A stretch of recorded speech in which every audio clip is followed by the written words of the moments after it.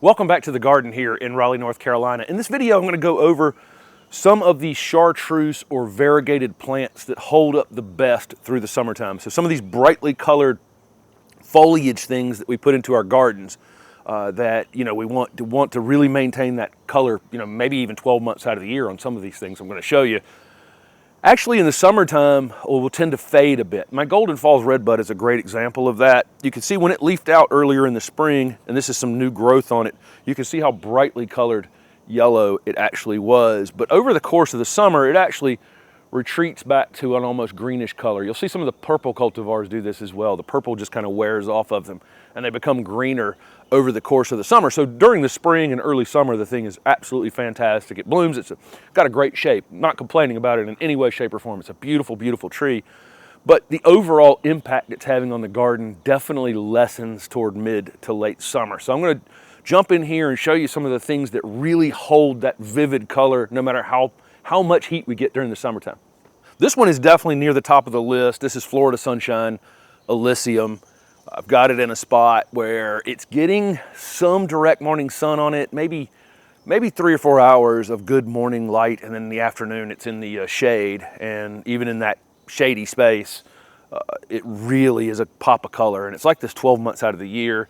It's also continues to grow during the heat of the summer here, and it has these kind of reddish stems. So that red stem behind that bright chartreuse colored foliage looks absolutely fantastic. This one does not bloom as much as some of our other Illicium, and I've actually got a couple other Illicium that are trying to bloom right now, but doesn't need to, because this is what it looks like. And it looks like this year round. This one's zone 6 hardy. If you're in zone 6, I'd put it in a slightly protected space, but everyone else, it can go wherever you want to put it, but it probably would prefer good morning sun, and that will keep a good amount of color on it, and then a little bit of afternoon shade. Although I've seen this thing growing in a very, very sunny courtyard here in Raleigh that was pretty much sunny all day, and it seemed to be doing okay.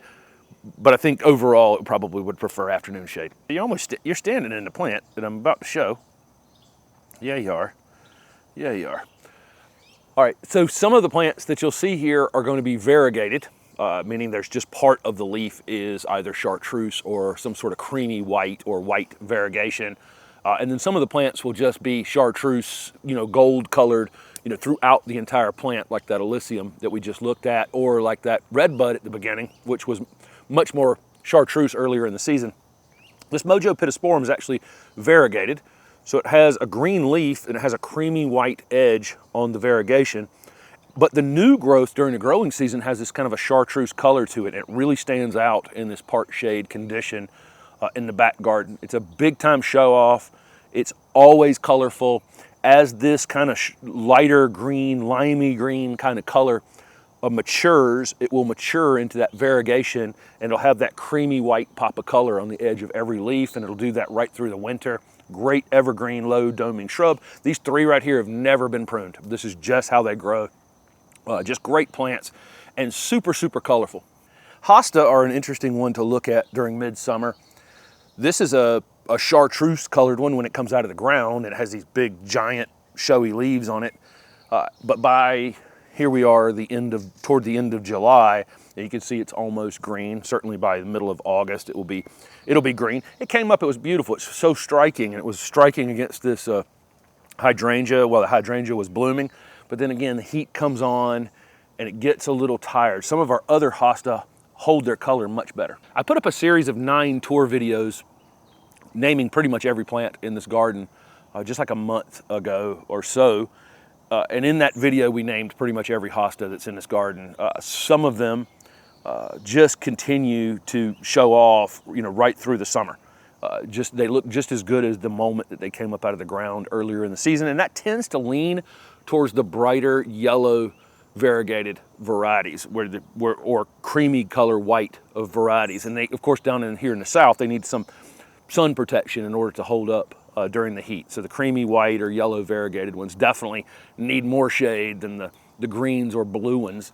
But they tend to hold up the color a lot better than the ones that are just chartreuse, that come out with some sort of chartreuse coloration or chartreuse edging or ribbon around the edge of the leaf or the center of the leaf. Those tend to almost all here in the south over the course of the summer lose some of that color where these ones with the more striking yellow or, you know, really bright or white variegated, but then again, they need to go in some shade. I'm shooting this early in the morning. You can kind of see the dew is, you know, in the air here. Got the moisture in the air on a early summer morning in the southeast. It's typical, you know, typical morning where I have to put the camera outside for 30 minutes to let the moisture, you know, it gets moisture on the lens. And so this is kind of how our mornings are typically. So to come out, you know, when you have that moisture in the air, it dulls everything. So when you come out and something stands out in that kind of dull look that the mornings have during the summertime, like the Sunshine Ligustrum, then you know you got something that's really showy. The Sunshine Ligustrum, which I need to actually prune some. This one is probably tipping about 7 feet now. These can be kept as little balls, little pyramids, just amazing plants. They're evergreen. Sometimes they'll drop their leaves, you know, periodically. You know, I've had this one 2 times since I've had it drop its leaves in February or March. It carried them through most of the winter, and then but a month and a half later it was fully leafed out again. It just wasn't any big deal at all. But I mean, this pop of color is easy. This is a sterile Chinese privet, so people worry about, you know, having plants that are invasive in some way. This one does not seed itself, and so it's, you know, perfectly at home in our ornamental gardens without escaping out into the wooded areas. The more sun that's on it, the more color it has. This one is getting shaded by very large evergreen shrubs just to its west, and so by 2 o'clock it's things in the shade pretty much, but it's still holding up a tremendous amount of color even in that much shade. Back over here in front of this Redbud to show off the Everillo Carex. This is another one that really, really holds up well, holds the color well during the summertime. This is a you know, Carex or sedges, a very big genus of plants. There's like 3,000 species or something. There's like 500 native species to North America. There's just a lot of different Carex, and more every year we see. It's almost like we're discovering something new that's always been there. You know, they're these things that will grow some will grow in the water and some will grow in dry shade, and so you know, pretty much every place on the planet they're well adapted to. This cultivar called Everillo has this unbelievable, striking chartreuse foliage. In the south, these are hardy for most people watching the video. Up in the northern areas, you can put this in more sun. Down here in the south, I need to get it in the shade in the early afternoon, or it will lose some of this color or bleach out during the summertime. And so I've got it, it's getting a good amount of early and a little bit of midday sun, and then it's in the shade probably by 2 o'clock or so, and it's holding up its color pretty daggone well here toward the end of July. And these are evergreen. These will look like this through the entire winter. I can choose to cut them down in the late winter if I want to, but most years I just don't need to. And they're just a tremendous pop of color, especially up against this purple daydream Loropetalum right here. That contrast is amazing. There have been tons of new chartreuse colored sedums released over the last few years, and all of them are just great ground cover additions to the garden. They hold up, the color holds up great throughout the season. Any of these you can find. Some of them are a little more aggressive than others. It's maybe doubled in size this year. And again, over time, it'll just take a little space. It'll fill in between these rocks a bit, and it will be some mulching I don't have to do. And it looks like this all season long. And again, here we are toward the end of July, and that color is still holding up fantastic. This is one that I don't have enough sun to really have the best color on, although the color's looking pretty good. The color is not bleached out because of the summertime. Part of it's gone because it's just not getting enough sunlight. But this is Touch of Gold Holly. Shown this thing off a bunch. I mean, it's never been pruned. It's a dwarf Hugendorn holly. Hugendorn tends to be one of the tougher Japanese hollies. Just a great little ornamental plant, and it's gold like this year round. I tend to have this one be much more brightly colored during the winter time because there's an oak tree up above it back here. When the oak loses its leaves, believe it or not, in the winter time, this thing has a lot more color. Then the tree leafed out above it back in mid-April, and it started to lose a little bit of color, but just from that, and for no other reason than that. But 12 months out of the year, just a great looking little ornamental plant, and it's something that you can use to just kind of rest the eye. I've got other kind of wildly things around it, you know, agapanthus and salvias, and you know, kind of a crazy blue conifer that's behind me, cedar that's behind me. And it's good to just, it's a perfect little dome, just to kind of settle the eye with all the other chaos that I have in this garden. This continues to be one of the most asked about plants on the channel. This is a St. John's wort, or a Hypericum, called Brigadoon. There's another one on the market called Golden Rule. It looks very, very similar to this. I don't know what the actual difference between the two of them is, but I do know that this one holds its color extremely well in midsummer, where we have a lot of things. I have a bleached out chartreuse colored Weigela here that's losing its color as the summer goes on. So we have tons of these things out in the garden I'm not showing you this morning that have, that were in that 9 video tour that we did, that have faded out. These are the things that are just as showy as they were early in the season. This one will get kind of an orangey hue to it in the fall and winter, and some of that in the new growth in the spring. Gets these yellow flowers like you'd expect on Hypericum that bees absolutely love. Not as heavy flowering as other varieties, but it doesn't, look at this thing, how brightly colored it is. And anytime it's in the background in any video, everybody wants to know what this plant is. Toward late winter, I run a lawnmower over it. That's it. That's the entire maintenance for this plant. And look how much area I'm not having to mulch up under this loropetalum. Just a perfect plant to take up some space and just be a really bold pop of color.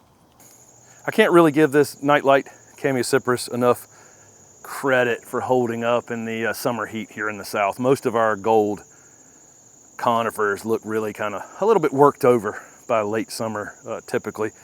Even something like gold mop cypress has definitely lost a lot of its color at this point, and this thing just continues to shine. It's in full sun, which is, even more amazing, because generally you get that, I've said it before, some bleaching on the top of these gold conifers in the summer here in the south if they're in too much sun, but this one just doesn't do that. And it's a standout. Everything around it is showing off more because of where it's sitting. Here's another one of the chartreuse hostas that's kind of lost its pop over the course of the summer. It still looks great. Definitely not complaining about it, and it's absolutely loaded with flowers. Unfortunately, they've kind of flopped over from some rain. But one that doesn't lose its color during the summer is the spider's web Fatsia. Just is more showy. Honestly, in the middle of summer, it has some of its brightest variegation it has all season. This one changes, throughout the season and as the leaves mature. The newest foliage during the summertime is just almost white with just a little bit of green speckling, and then over time it settles into a greener leaf with some white speckling. It kind of reverses as time goes on, and it creates a plant that just looks like a lot's going on it. Toward fall, it'll bloom, and the pollinators go nuts for the flowers on these. They look like little alien flowers, similar to like cephalanthus or something like that. It's a great flowering plant, and then 12 months out of the year, it's always got some sort of pop of color on it. I'm gonna wrap this video up with this awesome color guard yucca from the Southern Living Plant Collection. We've got it planted with this glitch euphorbia, and we're gonna do a container update in the next few days. I think you can see this container here with the crepe myrtle in it, and the sweet potato vine looks amazing. There's several out here that have really turned out quite nicely. I love this one. It's just 2 plants. It's the glitch euphorbia, and then it's the color guard yucca. And the color guard yucca continues to just be a show off. This is a plant that doesn't look like it would grow in cold places, but almost everybody watching can grow this color guard yucca. It's kind of hard to landscape with this plant because it's hard to figure out where you're gonna put it. But it turns out it's just a really amazing container plant, and you can use it several years in a container. It's a little pokey, so be careful moving it around, wear gloves, that kind of thing. Makes it a great container plant. It's one that you can, if you miss watering it once or twice, it isn't gonna punish you as badly as some other things would.